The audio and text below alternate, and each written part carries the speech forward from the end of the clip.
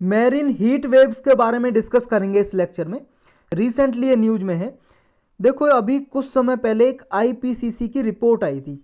ये क्या है? Inter governmental panel on climate change, United nation का ही एक ये एजेंसी है, ये मान लो। इसकी 6th असेसमेंट रिपोर्ट आई थी जिसमें ये बताया गया था जो इंडियन ओशन है, हमारा इंडियन ओशन, ये वाले पार्ट की बात कर रहे हैं, इंडियन ओशन। इसमें क्या है, जो टेम्परेचर है इंडियन ओशन का एवरेज टेम्परेचर, वो 1 to 2 डिग्री सेल्सियस इंक्रीज हो जाएगा। तब पूरे ग्लोबल एवरेज टेम्परेचर 1.5 डिग्री से 2 डिग्री सेल्सियस इंक्रीज होगा तो इंडियन ओशन का भी टेम्परेचर इतना इंक्रीज हो जाएगा। इसमें एक कारण ये हीट वेव्स का भी बताया था, मैरिन हीट वेव्स, तो ये रिसेंटली भी न्यूज में है। क्या है इनके बारे में डिस्कस करते हैं। देखो मैरिन जहाँ पे वर्ड आ जाए समझ लो समुद्र की बात हो रही है, ओशन की, यानी कि ओशन से हीट कुछ निकल रही है, हीट, उसी को बोलते हैं मैरिन हीट वेव। यूजुअली इसको डिफाइन किया जाता है coherent area of extreme warm sea surface temperature, मतलब समुद्र में ऐसा एरिया जो वार्म है, एक्सट्रीम वार्म है, जो गर्म है, उस एरिया को बोलते हैं मैरिन हीट वेव एरिया। तो वहाँ से मैरिन हीट वेव निकल रही होती हैं। ये कुछ दिन से लेके कुछ महीने तक परसिस्ट कर सकती हैं। परसिस्ट का मतलब कुछ दिन तक विद्यमान रह सकती हैं मैरिन हीट वेव। ये जब सी सरफेस टेम्परेचर ज़्यादा हो जाता है, वार्म हो जाता है नॉर्मल से ज़्यादा, तब ये पीरियड आता है मैरिन हीट वेव्स का। ये मेजर ओशंस है जो वर्ल्ड के, उनमें ऑब्जर्व किया गया है, इंडियन ओशन में भी किया गया है। पहले जानते हैं इसके कारण, फिर जानेंगे और क्या क्या इसके इफेक्ट हैं, प्रभाव हैं। जो इसके कॉजेज हैं, मोस्ट कॉमन कॉज है मैरिन हीट वेव्स का ओशन करंट। ओशन करंट क्या है? ये वार्म वाटर की जो ओशन होती हैं, ओशन करंट मतलब समुद्री जलधाराएं, समुद्र का पानी धीरे धीरे बहना ही उसको भी बोलते हैं समुद्री जलधारा या ओशन करंट। ये वार्म करंट भी हो सकती है और कोल्ड करंट भी, आपने ज्योग्राफी में पढ़ा होगा। तो ये क्या है? ओशन करंट, जो वार्म ओशन करंट होती हैं वो वार्म वाटर को लेके जाती हैं अपने साथ, यानी कि वार्म वाटर ही होता है तभी उन्हें बोलते हैं वार्म ओशन करंट। और यहाँ पे ये एयर को भी हीट कर देती हैं, गर्म कर देती हैं। इनकी वजह से ओशन सरफेस क्या वार्म हो जाता है, ओशन सरफेस वार्म हो जाता है। किसकी वजह से? क्योंकि देखो सन से तो आ रही होती है भाई साहब हीट। अब हीट जब आ रही होती है तो ओशन पे पड़ेगी। तो जब अगर ओशन करंट मान लो यहाँ पे वार्म है और हीट आ रही है, तो ये यहाँ पे सरफेस को गर्म कर देगा, सरफेस को गर्म कर देगा। अब यहाँ पे सरफेस ठंडा नहीं हो पाता। किस वजह से ठंडा नहीं हो पाता? वो नहीं हो पाता वीक विंड की वजह से। यहाँ पे जो हवाएं चल रही होती है, विंड का मतलब है हॉरिजॉन्टल मूवमेंट ऑफ एयर, एक तरह से जो हवा का हॉरिजॉन्टल मूवमेंट है, और एयर करंट जो होती है वो वर्टिकल मूवमेंट है। और ओशन करंट समुद्री जलधाराएं, समुद्र के पानी का धीरे धीरे चलना। तो इसमें कंफ्यूजन नहीं होना चाहिए आपको। तो जब वार्म ओशन करंट ने वहाँ पे ओशन सरफेस पे वार्म कर दिया इस एरिया को, और दूसरा कारण हो गया वीक विंड है, जो हवा है वो कमज़ोर है। जो सनलाइट आ रही होती है एटमॉस्फेयर के जरिए, वो सी सरफेस को, ओशन सरफेस को गर्म कर देती है, हीट कर देती है। और विंड क्या है? वीक है, कमज़ोर है। जब विंड कमज़ोर रहेंगे तो क्या होगा? जो ओशन पे ये वाटर वार्म हुआ है ना, ये नीचे वाले ओशन वाटर से मिल नहीं पाएगा, क्योंकि हवा की वजह से क्या होता है, जब स्ट्रॉन्ग विंड चल रही होती है तो ये ओशन करंट के साथ ये पानी यहाँ से यहाँ चला जाएगा, बह जाएगा, और यहाँ जो लूप क्रिएट होगा वो क्या होगा? नीचे से पानी आ जाएगा भाई साहब। क्योंकि देखो यहाँ ये पानी भरा हुआ था, अब ये खाली हो गई, ये जगह खाली हो गई, तो इस जगह को भरने के लिए नीचे से पानी आएगा, इस जगह पे आ जाएगा। फिर ये इधर चलता, ये इधर गया था विंड की वजह से, हवा की वजह से, हवा मान लो इधर से आ रही है तो ये इधर गया, फिर ये इसको लेके जाएगा, फिर नीचे से पानी आएगा। तो ये जो सर्कुलेशन है चलता रहता है। लेकिन जब वीक विंड होती है तो ये पानी यहीं के यहीं रुका रहेगा। अब जब यहीं रुका रहेगा तो नीचे वाला पानी ऊपर आएगा ही नहीं, तो ये मिक्स नहीं होगा नीचे वाले पानी में, समझ रहे हो? जब मिक्स नहीं होगा तो इस सरफेस क्या वार्म रहेगा, वाटर भी वार्म रहेगा इसका, और ये टॉप पे बैठ जाता है कुछ समय के लिए, जिसकी वजह से मैरिन हीट वेव्स निकलती हैं। मैरिन हीट वेव्स स्टार्ट होती हैं, गर्म हवाएं स्टार्ट हो जाती हैं। इससे इम्पैक्ट क्या पड़ता है? अगर मैरिन हीट वेव्स राइज होती हैं तो इम्पैक्ट क्या होता है?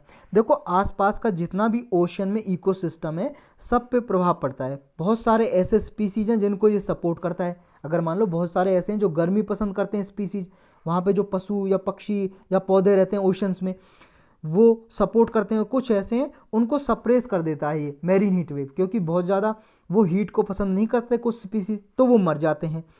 जो हैबिटेट रेंज है उसमें भी चेंज हो जाता है। हैबिटेट मतलब जो वहाँ स्पीसीज में, समुद्र में निवास स्थान है, उनका रहने का जो एरिया है वो भी अफेक्ट होता है, क्योंकि वो मान लो ठंडे पानी में रहना पसंद करते हो तो वो मूव कर जाते हैं एक प्लेस से दूसरे प्लेस में।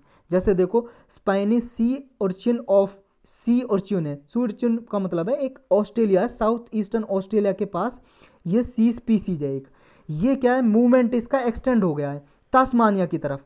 ये भाई साहब मैप में देखो, ये ऑस्ट्रेलिया है, बड़ा कर लेता हूँ मैं, ये साउथ, ये वाला है आपका साउथ ईस्टर्न पार्ट, और ये साउथ ईस्टर्न पार्ट, यहाँ से ये तस्मानिया है, तस्मानिया की तरफ मूवमेंट हो गया है किसका, इस स्पीसीज का, ये स्पाइनी सी अर्चिन।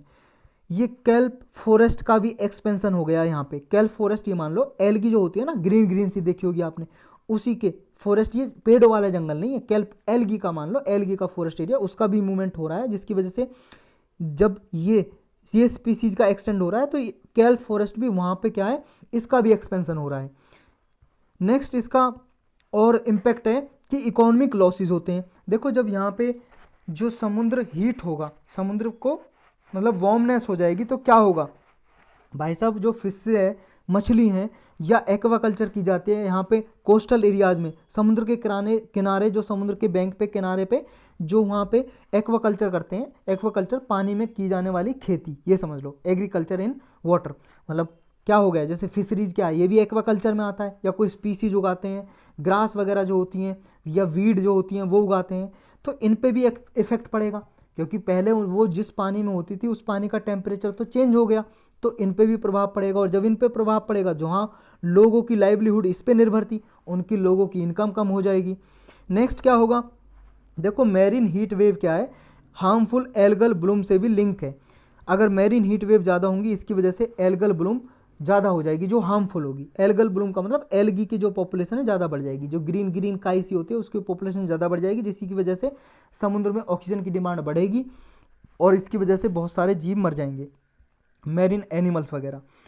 अब जो मैरीन हीट वेव्स है इंडियन ओशन में, क्या क्राइटेरिया है इनका, देखो जो वेस्टर्न इंडियन ओशन है, वेस्टर्न इंडियन ओशन है, उसमें क्या है, मैं इसको इरेज कर लेता हूँ, सारा इरेज हो गया।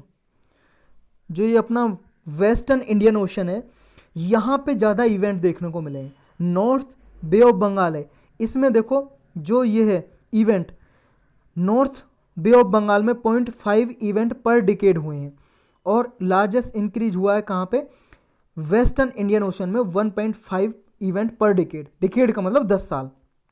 और इसकी वजह से देखो ड्रायर जो कंडीशन है ना वो ज़्यादा क्रिएट हुई है, यहाँ पे बे ऑफ बंगाल में 94 इवेंट और वेस्टर्न इंडियन ओशन में 66 इवेंट। ये इस वजह से क्योंकि वेस्टर्न इंडियन ओशन में बारिश इस तरफ ज़्यादा होती है, इस तरफ ज़्यादा बारिश होती है, और यहाँ पे कम बारिश होती है, क्योंकि साउथ वेस्ट मानसून आती है, यहाँ पे ज़्यादा बारिश होती है उनकी वजह से, और यहाँ पे कम बारिश होती है, तो ये ड्रायर होता है इसकी अपेक्षा, वेस्टर्न इंडियन ओशन की अपेक्षा। तो इवेंट यहाँ पे ज़्यादा देखने को मिले ड्रायर कंडीशन के, 94 इवेंट बे ऑफ बंगाल में, और वेस्टर्न इंडियन ओशन में 66 इवेंट। फैक्टर कौन कौन से इफेक्ट करते हैं, देखो वेस्टर्न इंडियन ओशन है, इसमें मैरीन हीट वेव्स हैं, और बे ऑफ बंगाल में ये इंक्रीज हुए, इनकी वजह से जो सेंट्रल इंडियन सब कॉन्टिनेंट है उसमें ड्रायर कंडीशन ज़्यादा बढ़ गई हैं। सेंट्रल इंडियन ओशन है ये वाला पार्ट, जिसमें ड्रायर कंडीशन ज़्यादा बढ़ गई हैं, इसकी वजह से मैरीन हीट वेव की वजह से। और क्या देखने को मिला है, और ये प्रभाव हुआ है कि सिग्निफिकेंट इंक्रीज हुआ है रेनफॉल का साउथ पेनिनसुला में, इंडिया में। ये देखो रेनफॉल इंक्रीज देखने को मिला है, क्योंकि देखो जो हीट है, हीट बढ़ने की वजह से, क्योंकि जितनी ज़्यादा हीट रहेगी यहाँ पे, ये मॉइस्चर जब साउथ वेस्ट विंड आएंगी तो मॉइस्चर ज़्यादा लेके आएंगी, मॉइस्चर ज़्यादा लेके आएंगी तो यहाँ पे बारिश ज़्यादा होगी, तो इसकी वजह से ये सिग्निफिकेंट इंक्रीज देखने को मिला है साउथ पेनिनसुलर इंडिया में। जो heat waves north bay of Bengal में आती हैं उसके अपेक्षा ये इस वाले पार्ट में ज़्यादा रेनफॉल देखने को मिला है, इस वाले पार्ट में, वेस्टर्न इंडियन ओशन वाले पार्ट में। तो यही था इस लेक्चर में।